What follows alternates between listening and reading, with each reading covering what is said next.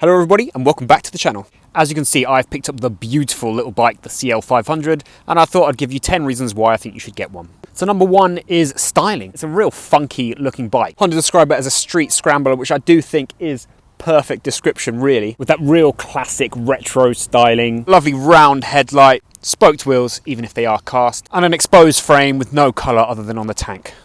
It is a beautiful little machine. Number two is this riding position.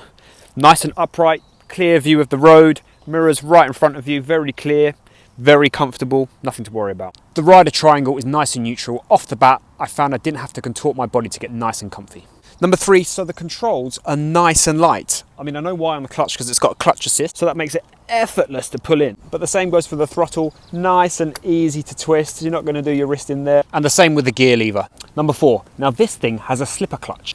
And for those who don't know, what a slipper clutch does, it makes aggressive gear changes and braking a lot more smooth, which makes it ideal for learners. So if you find yourself dumping the clutch a little bit too aggressively on those downshifts, the clutch allows a little bit of give to make gear changes a lot more smoother. Number five, so this bike has ABS as standard. So in particular for learners who may not be as confident in the wet, for example, the ABS really looks after you. Number six, there are tons of optional extras available for this bike, going from a larger front wheel, a USB charging point, engine guards, and loads of luggage options. Honda really has you sorted. I'm not sure it's the case yet, but I'm hoping that just as many options are available in aftermarket parts. Number seven, this bike is actually quite simple. This bike is to be used by a beginner or by someone commuting every single day. So if you so choose, maintenance by yourself, for example, the simple stuff like spark plugs, oil change, oil filter change, are quite simple to do.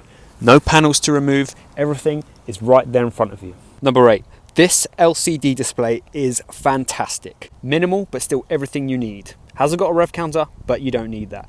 In particular, what is fantastic is a gear indicator.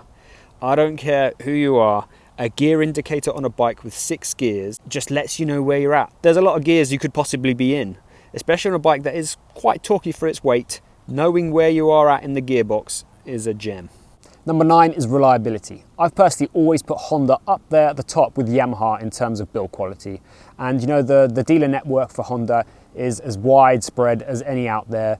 They're always very helpful, but you never get anything wrong. If you're getting a brand new Honda motorcycle like this, it'll be solid for possibly decades. And finally, number 10, the engine. It is a peach. I will admit, I'm not usually one for parallel twins. I've had a couple in the past. I find them quite vibey, they're quite a lot of vibration. But this one is very smooth. This thing is a dual overhead cam, 4-valve, 471cc engine, developing 46.9 horsepower and 43.4 newton meters of torque.